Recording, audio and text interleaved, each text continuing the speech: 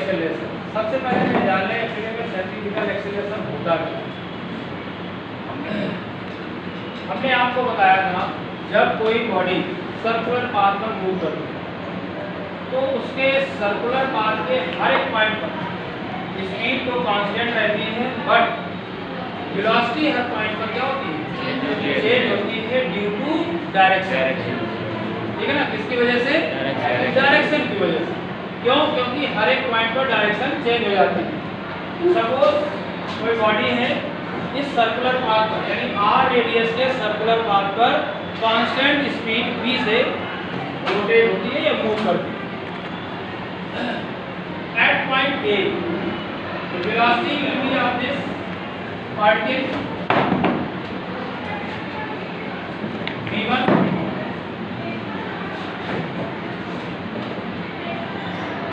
and after time interval t when it will reach at point B then velocity v. Why? Because the direction are change in both points. इन दोनों point पर direction क्या हो जाती है, change हो जाता है। और इस टाइम इंटरवल में लीनियर डिस्प्लेसमेंट कितना है, it's a linear displacement which is delta s, right. अब अगर हम इसको थोड़ा सा वेक्टर फॉर्म में यहां पर फिगर इस तरह से कुछ बना लें,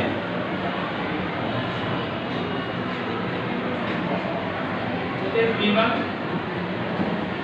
it's a v2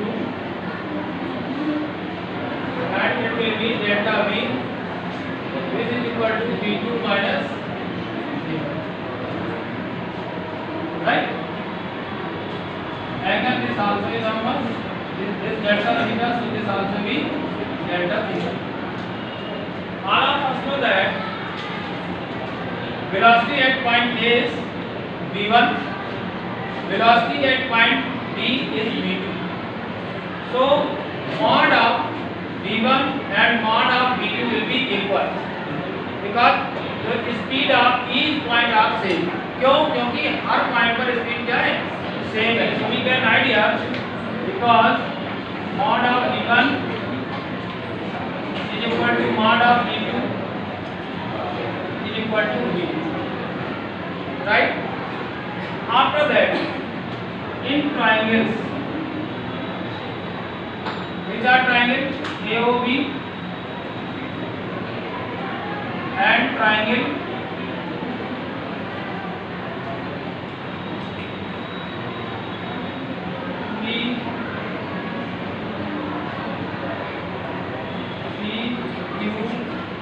PQR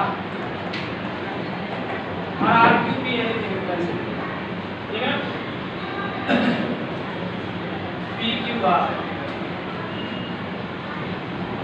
actually में है क्या, दोनों ट्रायंगल सिमिलर है, ठीक है ना। और जब ये सिमिलर ट्रायंगल है तो सिमिलर ट्रायंगल की कंडीशन क्या होती है, क्या आप लोगों को मालूम होगा। सिमिलरिटीज की प्रॉपर्टी होती है कि इनकी करेस्पॉन्डिंग साइड का रेशियो क्या होता है, सेम होता है। AB का AO से जो रेशियो होगा वही PQ का किससे रेशियो होगा, PR से रेशियो, ठीक है ना। तो now we can idea AB upon AO is equal to PQ upon PR.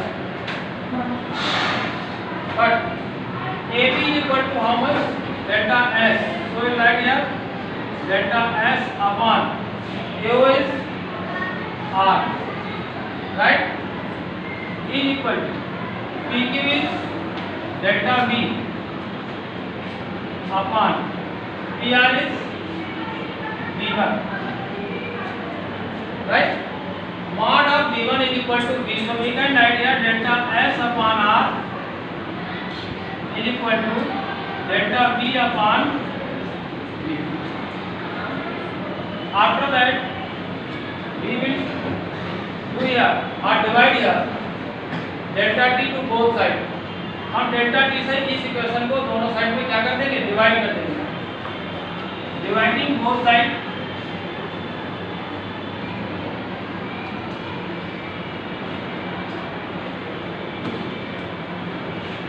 by delta t.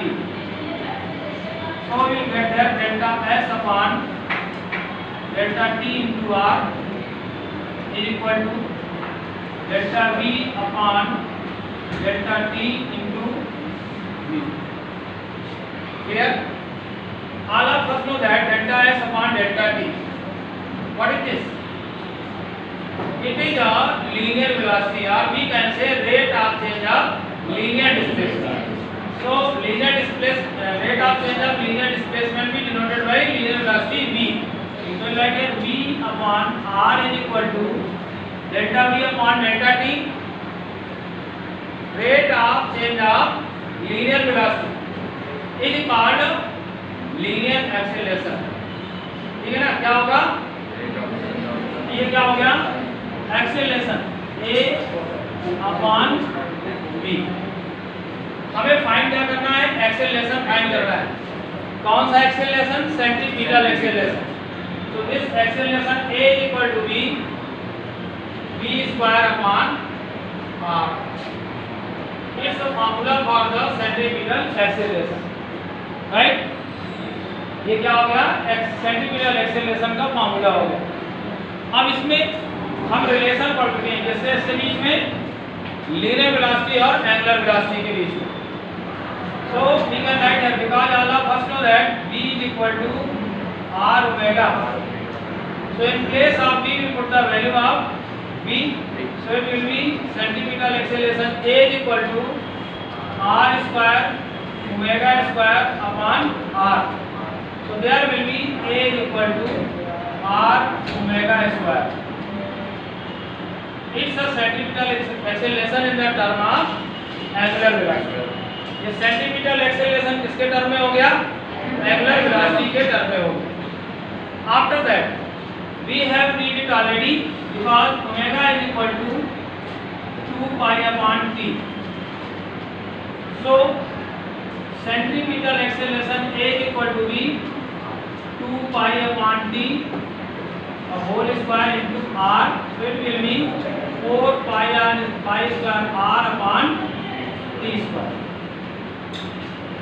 It's a centripetal acceleration in the term of periodic time. ये periodic time के term में क्या हो गया? Centripetal acceleration.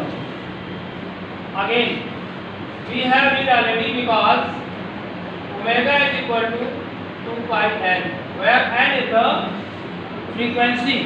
Which frequency? Frequency of that body which are moving in this circular path. और frequency की definition क्या होती है? पता सभी को?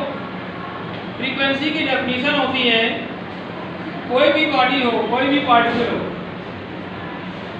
1 सेकेंड में जितने क्या कर लेता है?